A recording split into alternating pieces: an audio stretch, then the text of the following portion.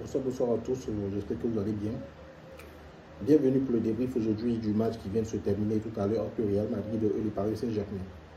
Avant tout propos, voilà, si tu sais que tu n'aimes pas la vérité, tu n'aimes pas qu'on soit objectif, tu n'aimes pas le football, passe le débrief, va ailleurs.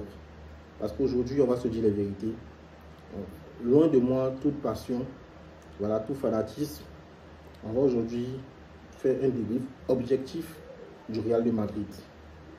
Voilà, on va analyser, on va aller un peu plus en profondeur aujourd'hui pour analyser ce Real Madrid en profondeur. Parce que Paris Saint-Germain n'est plus à présenter. Le PSG a gagné 4-0 aujourd'hui. C'est totalement mérité. Le match aurait pu finir 5, 6, 7 buts. Voilà, ce serait totalement mérité.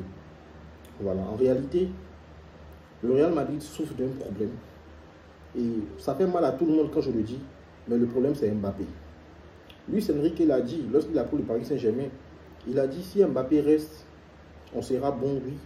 Mais si Mbappé part, on sera encore plus meilleur que lorsque Mbappé sera là. Et était là plutôt. Et aujourd'hui, on lui donne raison. Aujourd'hui, tout ce que Luis Enrique a dit, toute sa prophétie qu'il a donnée, aujourd'hui, on a eu la réponse aujourd'hui. Et pourquoi on a eu la réponse aujourd'hui? Xabi Alonso, début du tournoi, on nous dit qu'il donne Mbappé une Gascon Tékit. Bizarrement, le tournoi débute avec Gonzalo, le petit Gonzalo en attaque. Le Real Madrid est monté en puissance au fur et à mesure de la compétition. Il nous proposait un jeu alléchant, un jeu vraiment, tout le monde te disait, je sais que beaucoup de Madrid ont dit, ah, nos problèmes c'est fini. Avec Xabi Alonso, beaucoup a changé. Et je vois le statut de certains Madrilènes, dont Ben Sadia et autres, ils vont se reconnaître. Voilà, il faisait des statuts pour dire que non, mon Real Madrid, je suis fier, tout. Effectivement. Mais le retour d'Mbappé, comme effet direct, Mbappé retour dans les 11 titulaires, ne me parle pas d'une affaire de 4-3-3, bien de 3-4-3. Moi, ce que j'ai à vous dire, c'est que ce Real Madrid-là, Mbappé, c'est le problème. Parce que Mbappé ne fait pas de pressing. On dézone le petit attaquant Gonzalo pour qu'il joue ailier. Le petit ne peut pas se retrouver.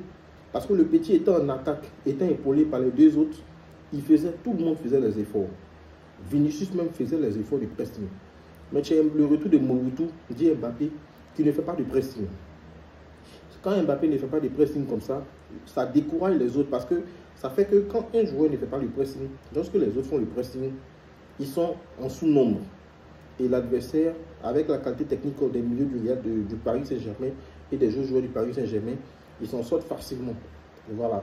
Et donc au finish, au début tu serais inspiré à faire le pressing, mais à la fin tu es découragé, tu ne feras plus de pressing. Et c'est ce qui est arrivé à l'équipe en fait